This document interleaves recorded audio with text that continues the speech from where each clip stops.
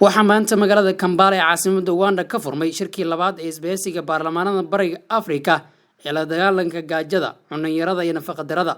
Isbahaysigan oo shirka u furmay oo xildhibaano ka socda 11 wadan iyo 2 urur oo kala ah IGAD iyo EAC.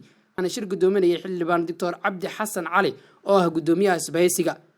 Ujeedada ugu weyn ee shirka ayaa ah in isbahaysiga baarlamaanada Bariga Afrika laga dhageysto warbixin ku saabsan muddadii 6 bil ee la soo dhaafay oo waxyaabihii u suurtag iyo istiraatiijiyada qorshaha 5 sano ee soo socota iyo waliba miisaaniyadda sanadka 2020.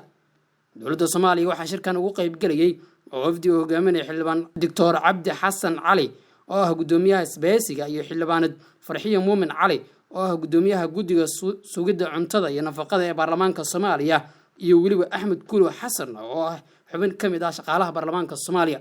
xildhibaan Dr. Cabdi Xasan Cali ayaa warbaahinta qaranka ugu warbixiyay ujeedada shirkan.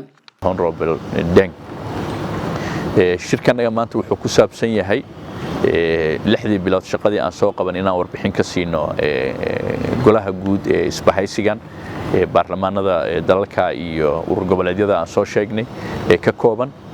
wuxuu kaloo ku salaysan yahay inaan golaha ka ansixino qorshe howleedkeennaga sanadka soo socda 2019-2020 iyo miisaaniyadiisa. waxaan kaloo rabnaa inaan ka ansixino qorshahanaga istiraatiijiyadeed. waxaan kaloo rabnaa inaan golaha ka ansixino lana wadaagno siyaasadannada ku aadan sidaan ula dagaalami lahayn gaajada, cunno yarida iyo nafaqa darrada. waxaa kaloo labadan maalmood aan wadaagi doonaa siyaasadaha kala duwan ee ka jira ee dalalka kala duwan ee lagula dagaalamayo gaajada, cunno yarida iyo nafaqa darrada. waxaa kaloo wadan walba soo bandhigi doonaa urur goboleedka maxaa la yiraahdaa daladiisa wadanka uu ka yimid haddii la aasaasay iyo meesha ay wax u marayaan aasaasidda inay ku dhawaaqaan. 2 wadan ayaa hadda ku dhawaaqeen intaan ognahay.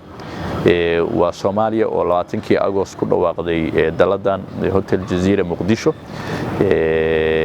chapterkeedii maxaa la yiraahdaa Soomaaliya, iyo Uganda oo iyaduna ku dhawaaqday September. Yusuf Maxamed Macali Kashmir, raadiyaha telefishinka qaranka Soomaaliyeed, caasimadda Kampala, Uganda.